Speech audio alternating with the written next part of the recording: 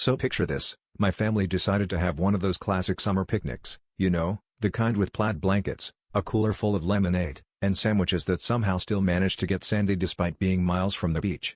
My buddy Dave, who is always up for adding a sprinkle of his own chaos to any gathering, insisted on bringing along his emotional support cactus.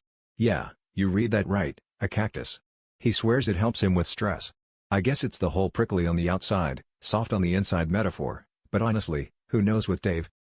Anyway, the sun was shining, the kids were running around with sticky fingers, and everyone was having a good time when Dave, in his infinite wisdom, decided it was time to teach Spike, the cactus, a new trick.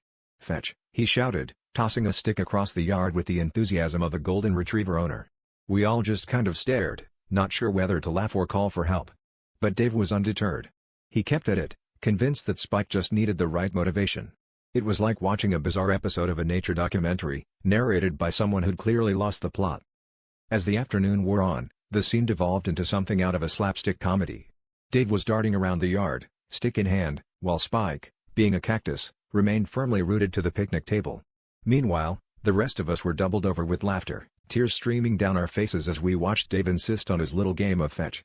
The lawn was quickly looking like a war zone, with divots and holes dotting the landscape from all the times Dave had hurled himself after the stick, leaving a trail of destruction in his wake.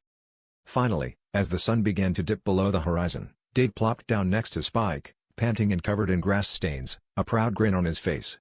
"Well," he said, gesturing at the mess he'd made, "I guess you could say I've really dug myself into a hole this time."